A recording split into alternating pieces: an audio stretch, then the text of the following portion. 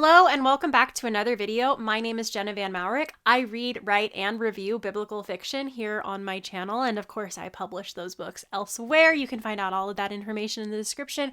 But today I thought it would be really fun to share with you guys a list of books I didn't expect to love that I ended up becoming completely obsessed with. Okay, so the first couple of books on this list are going to be older books, but I'm going to start out with Pharaoh's Daughter by Misu Andrews. Now, I don't think it's any secret to anyone, I did not intend to become a Christian fiction fanatic. I remember being in high school. I was going through a bit of a rough time and I loved to read, but I wasn't feeling particularly inspired by the books I was reading. And I just was in like kind of a dark slump. And I remember wandering over to the Christian fiction section in the bookstore and thinking, well, I'm not going to like any of these books because I had this view that all Christian fiction was boring and it wasn't interesting and the plots were all preachy and just I wouldn't enjoy it. I just kind of had this view that Christian fiction was not for me.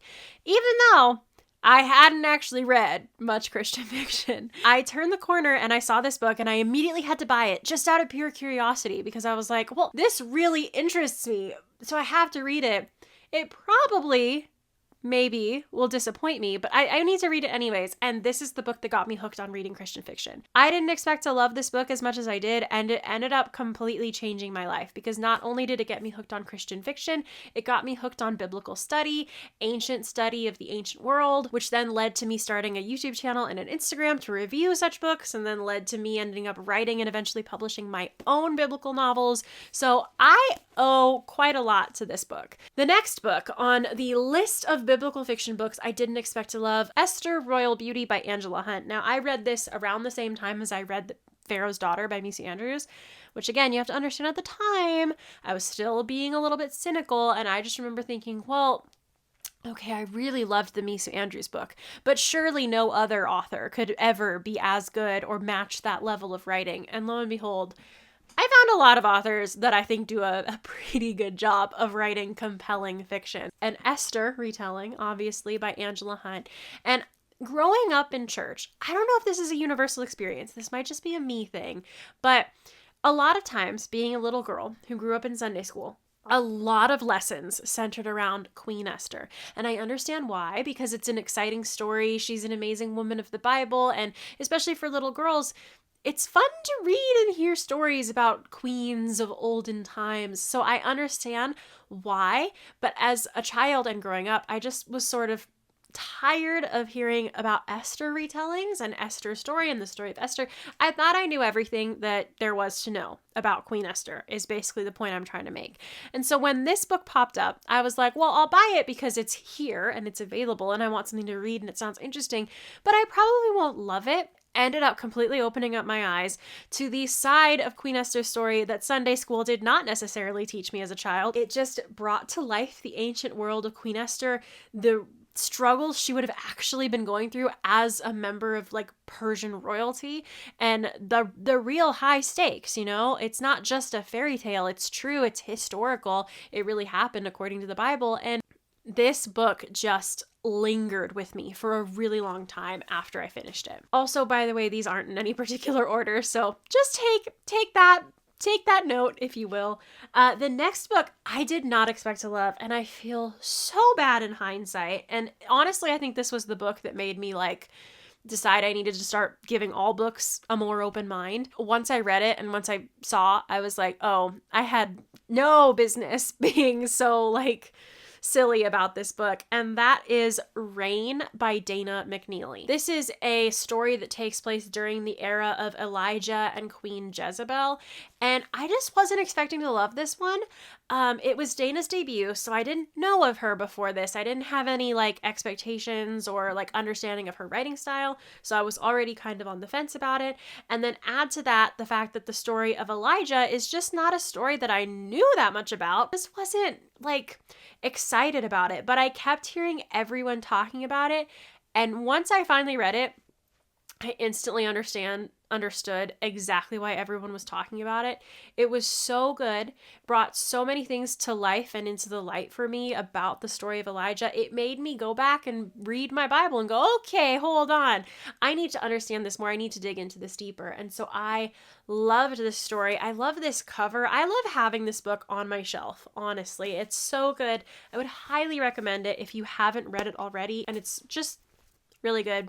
Everyone should read it. But I do feel like maybe at this point, everyone has read it and I'm just on a soapbox. Okay, the next book is shockingly a Connie Lynn Cassette book. Now, if you've been on my channel before for any period of time, you know that Connie Lynn Cassette is one of my favorite authors, if not my favorite author of all time. And I auto buy all of her books. I know I'm going to love all of her books before I even love them. I knew I was going to love this one. I just didn't think I was going to love it as much as the other ones. You know, like I knew it would be good, but I wasn't feeling it. So that is Between the Wild Branches. This is a part of a duology, and each story, this is the brother's story. Book 1 in the duology is the sister's story. And I just had read the sister's story and I really loved it, but I didn't like her brother. So I was like, there's no way I'm going to enjoy reading a story where her brother is the main character. Now, I do know I'm in the minority of this because this character has quite the fan club, if you ask me. I didn't think it was for me. I really didn't think I would enjoy it. And so I read it. I was excited to read it. I think I pre-ordered it. Like I really wanted to be in on this book, but when I opened it up, I was like, well, I'll read it, but I know that it won't be able to beat my favorite Connie Lynn Cassette book. And spoiler alert, it so totally did. And then what I love even more about this book is that the character in this book actually becomes an integral part of Connie Lynn Cassette's next series, which is the King's Men series. He ends up becoming a fatherly figure to those characters in that series. And every time he mentions the struggles he went through in this book, in those books, I always get like super teary and emotional because like I just feel like I've grown with this character so much. I've seen him go through so many stages of life now, from his younger years to now being like in the parenthood and I think even grandparenthood stage of his life in the next series. I just think hindsight made me love this book even more. I already loved it. I was already touched by it, but looking back at it after reading the King's Men series is just like, it's a whole other experience, and I wish I could reread it again now for the first time. The next book that was on my list of books I didn't expect to love is Potiphar's Wife by Misu Andrews. Now, this is very clearly a retelling of the story of Joseph, but from the perspective of Potiphar's wife, who is one of those more known for being a bad girl in the Bible, and she's not a very nice woman. And suffice it to say, in this book, she is not a very nice woman. And I remember thinking, like, why? Why would Misu write a book about such a terrible person? I knew I would like it because I like Misu's books, but I wasn't sure if I would really like it, just given the subject matter and who it was about. And then I ended up reading it. I got this book as a part of the Faith and Fiction book box, so it also came with some like fun goodies that I associate now with the book. There was this is such a tangent. Alicia from For the Love of Christian Fiction used to run a book box, and one of the books she featured in it was this one, and there was a bar of soap that came in this book. Alicia, if you're watching, pay attention. There was a bar of soap that came with this book that smelled so good, and it was amazing, and I loved it. Had it on the table next to me as I was reading the book, so the smell instantly takes me back. But then I moved across the country, and I lost my bar of soap that came in the book box, and it makes me really sad. So that's really all I wanted to say to Alicia. That being said, the world was really brought to life, and I really understood for the first time the possible reasons why someone might have made the decisions that they made in the situation of Potiphar's wife. And also, it's Misu Andrews, so you know it was like written in such a way that still pointed back to God at the end, and I did in fact end up loving this book. So once again, that's on me. The last book that I want to put at the end of this video is actually really funny because it sort of frames out with the beginning of this video. Remember, I was talking about Esther and how I thought that Esther stories were overdone because it seemed like Esther was the theme of every single vacation Bible school I ever attended. Well, the last book on the books I didn't expect to love list is The Queen's Cook by Tessa Afshar. Now, if you guessed it, it's because it is book 1 in the Queen Esther's Court series. And I just remember thinking, another Esther book? I'll like it because it's Tessa Afshar, but I don't know if I'll love it. Well, let me tell you what makes this book and this series different.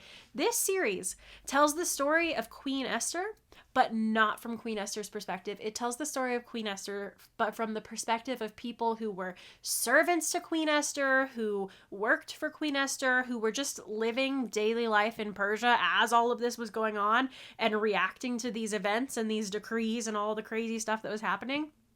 And it brought the story of Esther once again to life in an entirely new way that I had never before considered. And it really made me think about, okay, in the book of Esther, we know Esther's side, we know Mordecai's side, but what about the hundreds of other people that were, hearing this news and then fasting and then just the uncertainty and the trust and the faith that they had to have through all of that. It touches on those themes. And so for that reason, I did not expect to love the Queen's Court series, and now it's my favorite series that Tessa's ever written. That was my list of books that I didn't expect to love, but ended up becoming obsessed with. Once again, my name is Jenna Van Mourik. Thank you so much for watching. If you want to connect on other social platforms and channels, you can find all of that information below, as well as information on me, my books, and where to buy them if you're interested. I will see you guys in my next video. Bye!